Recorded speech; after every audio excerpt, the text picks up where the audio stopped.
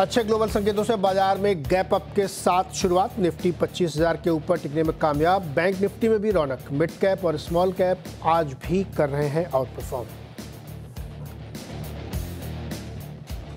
Metal, capital goods और IT shares में आज अच्छी खरीदारी। तीनों सेक्टर्स आधे से 1% तक चढ़े। ब्रिटेन में टॉल्बो प्लांट की डील से करीब 2% चढ़ा टाटा स्टील। साथ ही एनएमडीसी, वेदांता और जेएसपीएल में भी रौनक।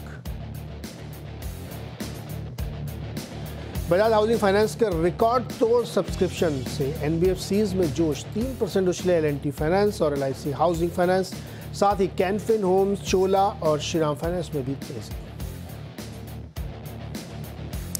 ईएमएस कंपनियों पर नोमुरा की पॉजिटिव रिपोर्ट के बाद केन्स 5% ऊपर। डिक्सन में भी खरीदारी। नोमुरा बोला भारतीय ईएमएस कंपनियों के लिए इलेक्ट्रॉनिक्स में घरेलू और रिकॉर्ड में बड़े मौके। नासा में निवेशकों ने बेचे करीब 1950 करोड़ रुपए के शेयर्स। 3.89 करोड़ शेयर्स में हुए बड़े सौदे। शेयर करीब 5% नीचे।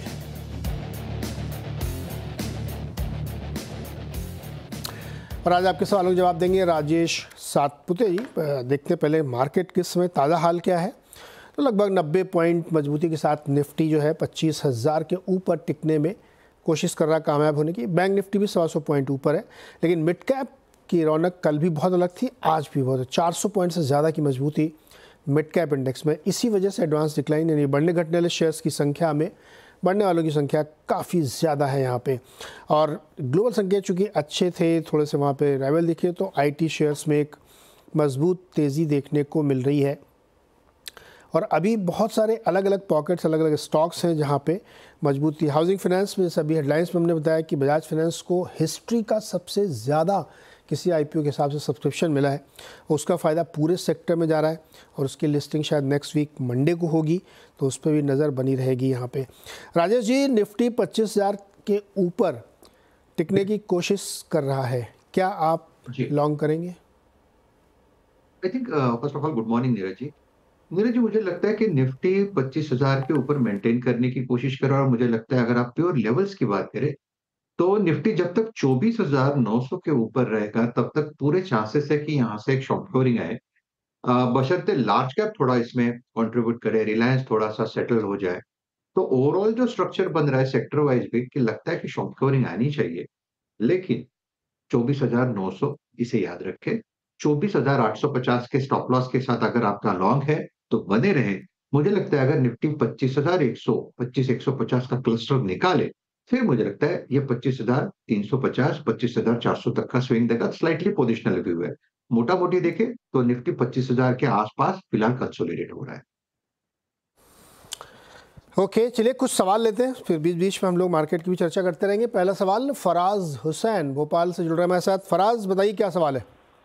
सर, मेरे पास हैप्पीएस्ट माइंड के 200 शेयर्स हैं 832 रुपीस के प्राइस पे, और काफी टाइम से हैं सर मेरे पास।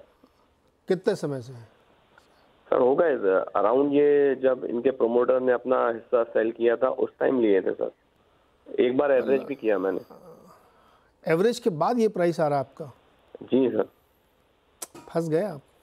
एक्चुअली हैप्पीएस्ट माइंड ने बहुत सारे निवेशकों को निराश किया है, क्योंकि जब इसकी लिस्टिंग हुई उसके बाद ये सरपट दौड़ा, बहुत ऊपर गया, फिर वहाँ से नीचे आया और नीचे के बाद से तब से झूल ही रहा है। राजेश जी, फराज की मदद कैसे हो सकती है इसमें? क्या करें? एवरेज करके भी इनका प्राइस जो है 832 रुपए के आसपास ही बैठ रहा है। नीरज जी, आपने बिल्कुल सही कहा कि ये लिस्टिंग के बाद यहाँ पे एक रैली हुई और रैली के बाद यहाँ पे एक करेक्शन। और आई थिंक ये करेक्शन जो है ये अपनी इंपॉर्टेंट आप कह सकते हैं कि मूविंग एवरेजेस के ऊपर आके बैठ गया है। अगर आप इसे डेली चार्ट देखें, मंथली देखें या वीकली चार्ट देखें, सब चार्ट पे यही दिखाता है। ये 750 और 800 ये इसका क्लस्टर है जहाँ पे ये सस्टेन होने की कोशिश कर रहा है। तो मुझे लगता है फिलहाल, क्योंकि बाकी आईटी भी चल रहा है, तो यहाँ पे अभी भी एक फर्स्ट आना बाकी है, यहाँ पे बाइंग इंटरेस्ट आना बाकी है। बस मुझे लगता है ओवरऑल काउंटर ठीक है एट दिस लेवल। तो आपको लॉन्ग रखना है 750 के स्टॉप लॉस के साथ। पर्टिकुलर में 50 पॉइंट्स का स्टॉप लॉस मेंटेन करूंगा। और मुझे लगता है 825 830 का क्लस्टर निकाले जहां पे उसका 200 डीएमआई है, फिर मुझे लगता है यहाँ पे अच्छी रैली मिलेगी। प्रोबेबली 900 के पार भी चला जाएगा। तो at this level it's a hold.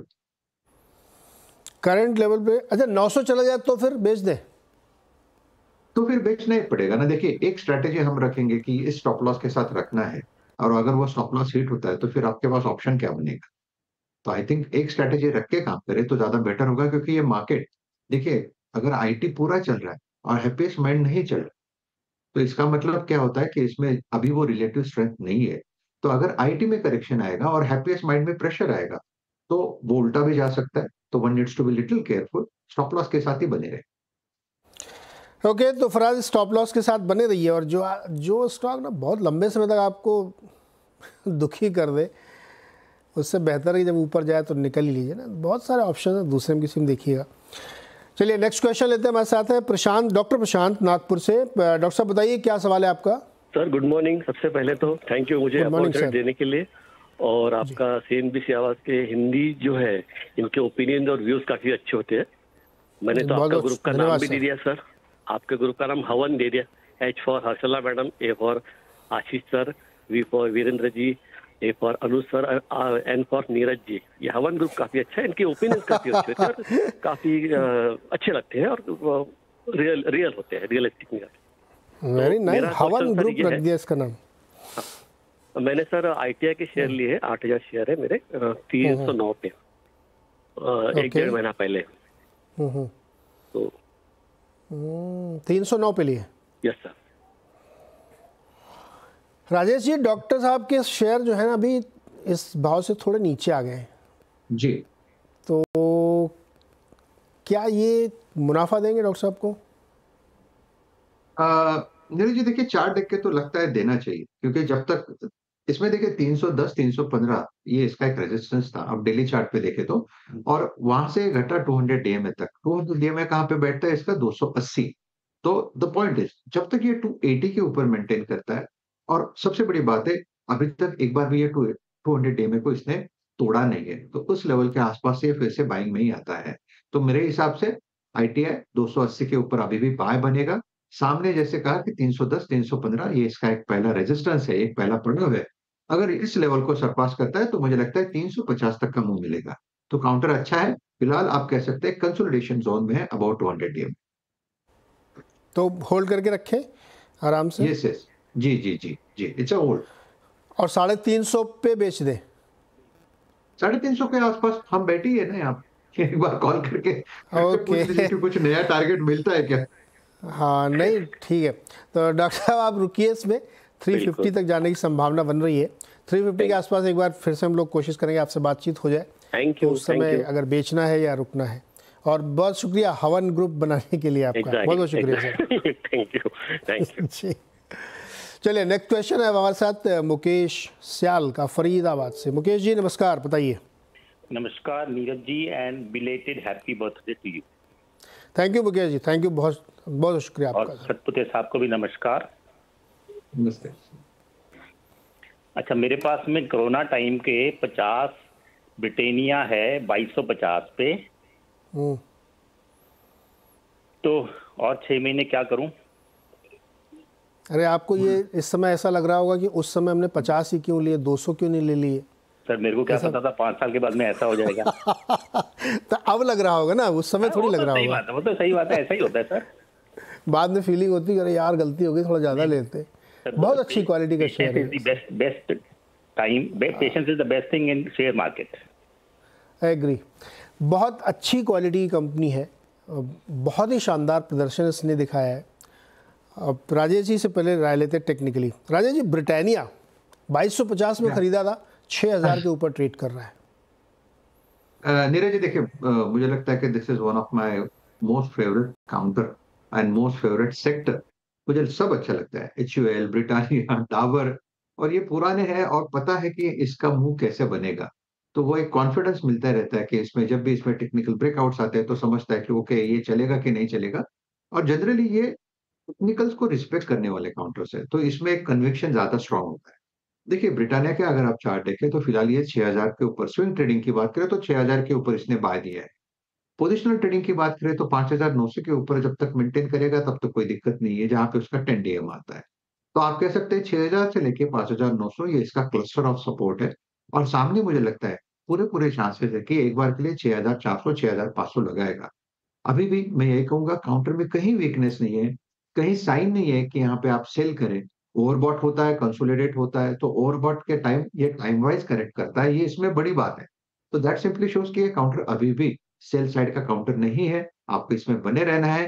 Target को थोड़ा सा आप सेट करें 6,400 6,500 के लिए 5 साल, अभी 4 साल तो होल्ड किया डॉक्टर साहब ने, 5 साल और होल्ड करें तो? 5 साल, 5 साल का हाँ, देखिए, इतना बड़ा चार्ट अगर आप बात करें तो मुझे ये देखना पड़ेगा तो कहाँ तक जाएगा। तो ये प्रोजेक्शन थोड़ा सा डिफिकल्ट होता जाता है क्योंकि काउंटर ओवरबॉट में है। तो अगर आप हाँ, 5 साल की बात करें तो आपको सामने ये भी देखना पड़ेगा कि निफ्टी कितना चले। तो अगर निफ्टी देखिए, अगर पिछले 5-6 साल से हम जो रैली देखते हैं, तो अभी थोड़ा हाँ, सा इसके लिए मुझे वक्त देने ये शॉर्टकट में वाला जवाब नहीं है। तो देखिए ओके। नीरज जी, अगर ये शॉर्टकट वाला जवाब नहीं है। नहीं, मैं तो इसलिए क्योंकि काफ़ी लंबे समय से लिस्टेड है कंपनी, लेकिन ये सिंपल है। No doubt. देखो नीरज जी, एक बात हाँ, सिंपल है। निफ्टी, कोई भी हम लोग जो टाइम साइकिल की बात करते हैं, तो निफ्टी हाँ, का टाइम साइकिल होता है कोई भी रैली का लॉन्ग टर्म, एक 5 से 6 साल। तो 5 से 6 साल अगर निफ्टी चलता है तो जनरली हाँ, उसमें जो हम लोग कहते हैं लॉन्ग टर्म ट्रेंड इंटैक्ट है, तो इंटरमीडिएट करेक्शन ड्यू है क्या? तो यस, 6 साल के बाद जनरली निफ्टी में इंटरमीडिएट करेक्शन होते हैं। और जब इंटरमीडिएट करेक्शन आते हैं तो लार्ज कैप में भी करेक्शन आते हैं। तो ये ध्यान में रखते हुए हम थोड़ा थोड़ा टारगेट को अपग्रेड करते जाए, वो ज्यादा एक बेटर स्ट्रेटेजी होता है, एक सेफ स्ट्रेटेजी होता है। तो किसी लेवल पे आप थोड़ा पार्शियल प्रॉफिट टेकिंग कर ले, आपका जो इन्वेस्टमेंट है उसको निकाल सकते हैं। This could be a better strategy. नहीं सही, आप बिल्कुल सही कह रहे हैं। मुकेश जी चूंकि कह रहे थे ना पेशेंस पेज, तो मैंने कहा कि इतना धैर्य है अगर मुकेश जी के पास, तो मैं तो इसलिए कह रहा था कंपनी बहुत अच्छी है, वाडिया ग्रुप की जी। कंपनी है, और इसमें आगे जाते हुए कई कॉर्पोरेट एक्शंस हो सकते हैं इसमें। मतलब नियर मोनोपोली कंपनी है बिस्किट मार्केट में, लिस्टेड स्पेस में, तो कंपनी बहुत धांसू है। मेरा कोई इसमें रिकमेंडेशन नहीं, लेकिन बहुत अच्छी कंपनी है ये। चलिए नेक्स्ट क्वेश्चन लेते हैं हम गजानन जी का, ठाणे से हमारे साथ जुड़ रहे हैं। गजानन जी नमस्कार सर, बताइए। हाँ नमस्कार जी, नमस्कार जी। जी सर बताओ। Good morning. मेरे पास भारतीय एयरटेल के 80 शेयर है, 1438 के प्राइस पे। 6 मंथ तक रुक सकता हूँ मैं? 6 मंथ तक रुक सकते हैं, 1438 का भाव है। राजेश जी 150 रुपये का भी फायदा हो रहा है, क्या करना चाहिए? देखिए फिलहाल आप कह सकते हैं कि भारती का जो चार्ट है वो सबसे बेहतरीन चार्ट है इस सेक्टर में। हर डिप पे यहाँ पे बाइंग आती है 1500, साढ़े 1500, 1550 के आसपास। यहाँ पे क्लस्टर है जो सपोर्ट के तौर पे काम हो रहा है। हर डिप पे बाइंग हो रही है तो इसका मतलब काउंटर में अभी तक दिक्कत नहीं है। तो आपको एक 1500 के नीचे स्टॉप लॉस मेंटेन करना पड़ेगा के हिसाब से। एक 15 पॉइंट, 20 पॉइंट, जो भी आपको ठीक लगे। स्टॉप लॉस होना होगा आपका 1500 के नीचे। 1600 को पार करेगा, फिर मुझे लगता है ये और स्ट्रेंथ दिखाएगा। प्रोबेबली आप कह सकते हैं कि 1800, 1850 तक का स्विंग देगा। तो ये आप कह सकते हैं कि एक इंडेक्स प्लेयर है भारतीय, कि अगर बाजार को संभालना है तो भारतीय का की रोल होता है। तो भारतीय इज अ बाय, और अदर मैं कहूंगा आपने बाय किया तो आपसे होल्ड रखे। जैसे मैंने कहा 1500 के नीचे स्टॉप लॉस मेंटेन करे, चाहे तो 1600 सरपास होने के बाद स्टॉप लॉस को थोड़ा ट्रेल कर दे। लेकिन काउंटर अच्छा है, it's a hold. Okay, hold है भारतीय एयरटेल, और कई मतलब कई सालों बाद इस सेक्टर में रौनक लौटी है, तो होल्ड करके रखना चाहिए, इंडेक्स का स्टॉक है। चलिए अगला सवाल लेते हैं। हमारे साथ जुड़े हैं पंकज मुजफ्फरनगर से। पंकज बताइए क्या सवाल है आपका? सर नमस्कार जी। जी सर मेरे पास जे एंड के बैंक के हैं, 1000 शेयर हैं जी, और ओके 140 रुपीज के हैं जी। ओके। जेके बैंक, 141 रुपए के रेट के हैं सर। ठीक ठीक समझ गया मैं। 141 जेके बैंक। राजेश जी जेके बैंक 141 पर क्या करना चाहिए? देखिए जम्मू कश्मीर बैंक अगर आप देखें तो मुझे लगता है कि यहाँ पे एक अच्छी रही। मैं मंथली चार्ट पे जा रहा हूँ, स्विंग ट्रेडिंग की बात नहीं करूँ। देखिए मंथली चार्ट के हिसाब से अगर आप देखें तो यहाँ पे एक रैली शुरू हुई थी 60 रुपए से। 60 रुपए से चला था 150 तक, और 150 के बाद ये करेक्ट हुआ करीबन 100 तक। 100 इसका इंपॉर्टेंट सपोर्ट है। अगर 100 टूटेगा तो इसमें आप कह सकते हैं कि करेक्शन थोड़ा एक्सटेंड हो जाएगा। तो at a level of 105 it's a hold. Stop loss will be below 100 rupees. तो आप चाहे तो 96, 97 के आसपास स्टॉप लॉस मेंटेन करें। लेकिन चूंकि इतना करेक्शन इस झेल चुका है तो एक रिलीफ रैली मिलेगी जो करीबन 120 तक आएगी। तो मुझे लगता है 120 के आसपास आपको एक बार के लिए एग्जिट लेना पड़ेगा। For the time being this is on hold for. तो अभी होल्ड करो, 120 पे लॉस बुक करें? वही करना पड़ेगा क्योंकि देखिए ओवरऑल अगर आप देखें नीरज जी, बैंकिंग स्टॉक्स नहीं चल रहे। तो जो इसके लीडर है, जैसे कि अगर आप प्राइवेट सेक्टर बैंकिंग को थोड़ा साइड पे करें, लेकिन ये जो सब बैंक्स है, आप देखिए पीएनबी देखिए, कैनरा देखिए, स्टेट बैंक देखिए, हम हर लेवल पे सोच रहे हैं कि यहाँ से एक रिलीफ मिलेगा, यहाँ से थोड़ा सा स्ट्रेंथ दिखेगा, लेकिन वैसा नहीं हो रहा है। हर लेवल पे थोड़ी थोड़ी प्रॉफिट बुकिंग ही आ रही है। तो इसलिए मुझे लगता है कि इस सेक्टर से थोड़ा सा आप फिलहाल थोड़ा सा दूर रहे तो बेटर है। There are many other counters की जहाँ पे अभी रैली मिलेगी, जहाँ पे जैसे कि डिफेंस सेक्टर में अच्छा खासा करेक्शन हो चुका है। तो लगता है कि कहीं न कहीं थोड़ा-सा सेक्टरल रोटेशन मिलेगा तो एक रिलीफ रैली मिल जाएगी, जहाँ पे आपको एग्जिट लेना है। ओके, अगला सवाल है रवि कंचन का मुंबई से। रवि बताइए क्या सवाल है। जी, मेरा एल&टी टेक मैं लिया हूँ 17 जनवरी 2024 को, 10 लिया हूँ मैं। मैं सोच रहा हूँ या शिफ्ट करूँ दूसरे को स्क्रिप्ट में, या इसी को होल्ड करके रखूँ, ऐसा मैं सोच रहा हूँ। तो क्या करना चाहिए, होल्ड करना चाहिए कि होल्ड कर सकता हूँ मैं अगर इसकी प्रॉस्पेक्ट अच्छी ऐसा होगी जो तो? सोच रहे हैं आप, उसके पीछे क्या कारण है? कारण कुछ नहीं है। I am investor, long term investor. I don't mind keep holding it, but since long I've seen that it is not moving at all. Okay. Yeah, that is the reason I'm thinking to either to shift to some other script, or should I hold it if there is any prospects, better prospects. Okay, Rajesh, ये stock चल नहीं रहा है, हालांकि इनको भी profit है, लेकिन इनका मानना है कि चल नहीं रहा, तो क्या किसी और में स्विच करें क्या? देखिए एल&टी टेक्नोलॉजीज यानी अगर आप देखें तो इसमें जो सपोर्ट बनता है वो करीबन 5,600 के आसपास है। फर्स्ट मैं टेक्निकल जस्टिफिकेशन देता हूँ, 5,600 जब तक मेंटेन करेगा तब तक दिक्कत वाली बात नहीं लगती। हालांकि इसको एक ब्रेकआउट की जरूरत है, वो जो करीबन 5,750 का है। आप कह सकते हैं 5,600 का बेस बन रहा है, 5,750 का रेजिस्टेंस है। दोनों में से एक कुछ होना चाहिए। 5,600 टूटेगा तो ये फिर इसमें प्रॉफिट टेकिंग आएगी, जिसके चांसेस बहुत कम लगते हैं क्योंकि ये साइडवेज चल रहा है। तो चांसेस है कि 5,750 यानी इसका रेजिस्टेंस सरपास करेगा और फिर ये चलेगा कम से कम 5,850 तक। तो चार्ट देख के लगता है वैसे वो दिक्कत वाली बात तो मुझे फिलहाल नहीं लगती, तो इससे होल्ड फॉर मी। आपने एक दूसरी चीज कही थी कि क्या मैं कुछ और ले लूं, क्या और कुछ करूं। एक काउंटर जो मेरे रडार पे, जनरली मुझे कॉन्ट्रा कॉन्ट्रा कॉल भी लेना अच्छा लगता है कि जहाँ पे थोड़े आप कह सकते हैं कि रूम मिलती है ऊपरी लेवल पे, तो वो है टाटा टेक्नोलॉजीज। टाटा टेक्नोलॉजीज का अगर आप चार्ट देखें ना, तो मुझे लगता है कि यहाँ पे लोअर लेवल से करीबन 980 का लो था, 980 से घूम घूम के अभी 1000 के ऊपर ट्रेड हो रहा है। At present it is at 1085। तो बेस फॉर्मेशन मुझे लगता है इसका हो गया है, तो ऊपरी लेवल पे करीबन 1200 तक का एक स्विंग मिलना चाहिए। तो एट लेवल ऑफ 1084 मुझे लगता है टाटा टेक्नोलॉजीज अपने रडार पे रखे, या चाहे तो छोटी क्वांटिटी इसमें ऐड करें।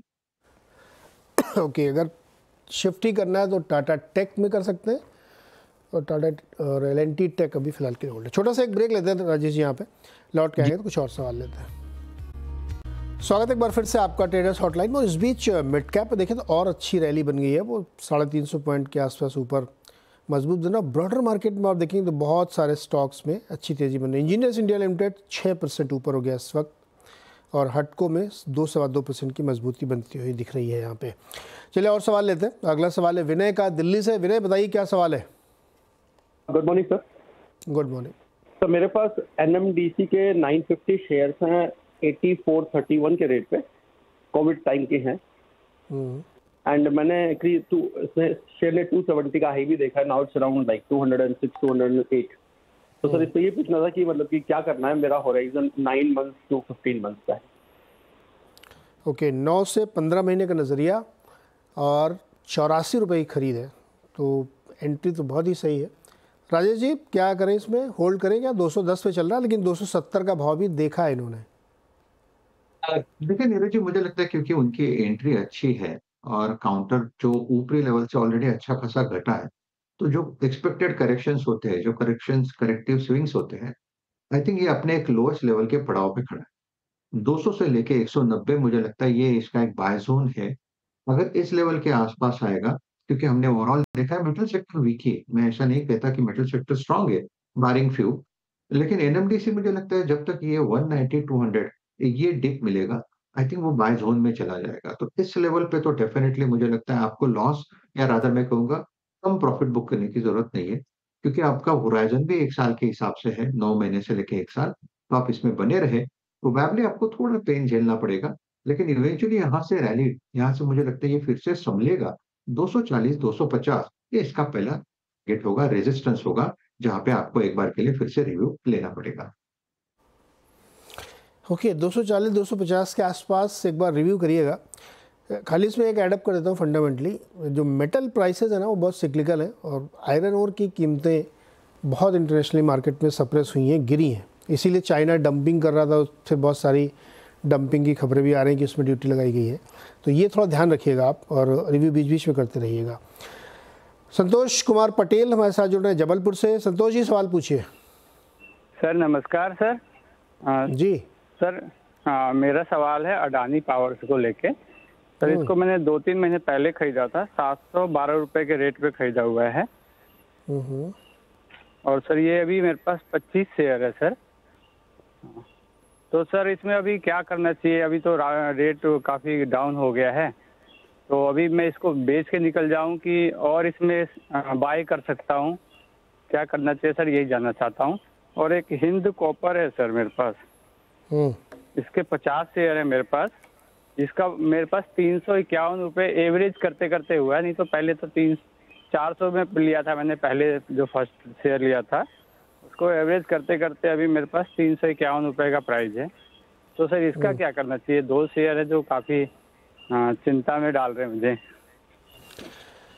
ओके संतोष जी की चिंता है कि अडानी पावर जिस प्राइस पे ख़रीदा था उससे नीचे आ गया, और हिंदुस्तान कॉपर तो एवरेज कर कर के भी नीचे ही है। क्या करना चाहिए राजेश जी?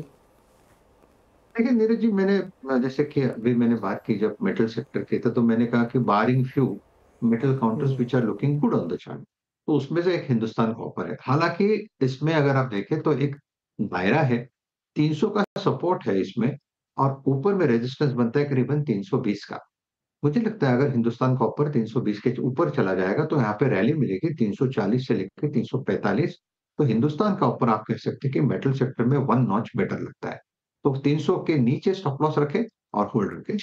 अडानी पावर की अगर बात करें तो देखिए ये ड्रिफ्टिंग काउंटर है, ये लो स्लोली स्टेडीली यहाँ पे लिक्विडेशन होते रहता है और ये घिसटते रहता है। आप कह सकते हैं कि इसमें आप स्लो मूवर है, लेकिन ये लोअर साइड का ही ट्रेजेक्टरी में जा रहा है। एट द सेम टाइम अगर आप देखें तो इसमें सपोर्ट कहाँ बनता है, क्योंकि इन्होंने इन्वेस्ट किया है तो ऑब्वियसली सपोर्ट की बात करनी पड़ेगी। तो 620 के आसपास मुझे लगता है एक अच्छा सपोर्ट है, जो मंथली चार्ट दर्शाता है कि यहाँ पे 10 DMA मंथ्स मूविंग एवरेज का सपोर्ट है।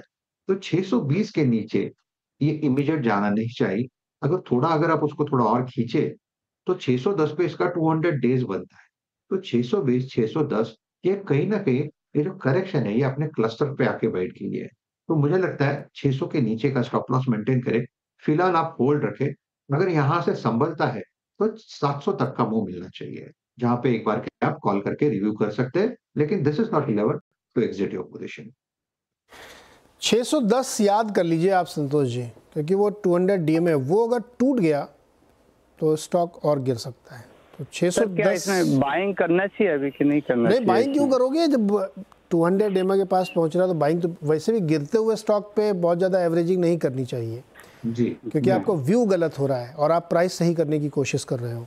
तो अभी तो बिल्कुल मत करो आप, बट नज़र रखना 610 के आसपास, क्योंकि वो 200 DMA है। बाकी बीच में फिर फोन करना जब अगर ऐसा कुछ हो तो हम लोग रिव्यू करेंगे। ठीक है, लेकिन अभी कुछ बाई नहीं करने की जरूरत है। आपका जन्मदिन अभी गुजरा, उसके लिए फिर से जन्मदिन की बहुत बहुत बधाई। अरे बहुत शुक्रिया भाई, बहुत बहुत धन्यवाद, बहुत बहुत धन्यवाद आपका। चलिए इसी के साथ अब शो समाप्ति घोषणा। राजेश जी का भी बहुत बहुत शुक्रिया जुड़ने के लिए, मदद करने के लिए। Thank you Neeraj ji. और मार्केट शानदार तेज़ी दिखा रहा, हरियाली है एकदम चारों तरफ, मिड कैप में खास तौर पर। तो एक छोटा सा ब्रेक यहाँ पे और इसके बाद फिर खिलाड़ी नंबर 1।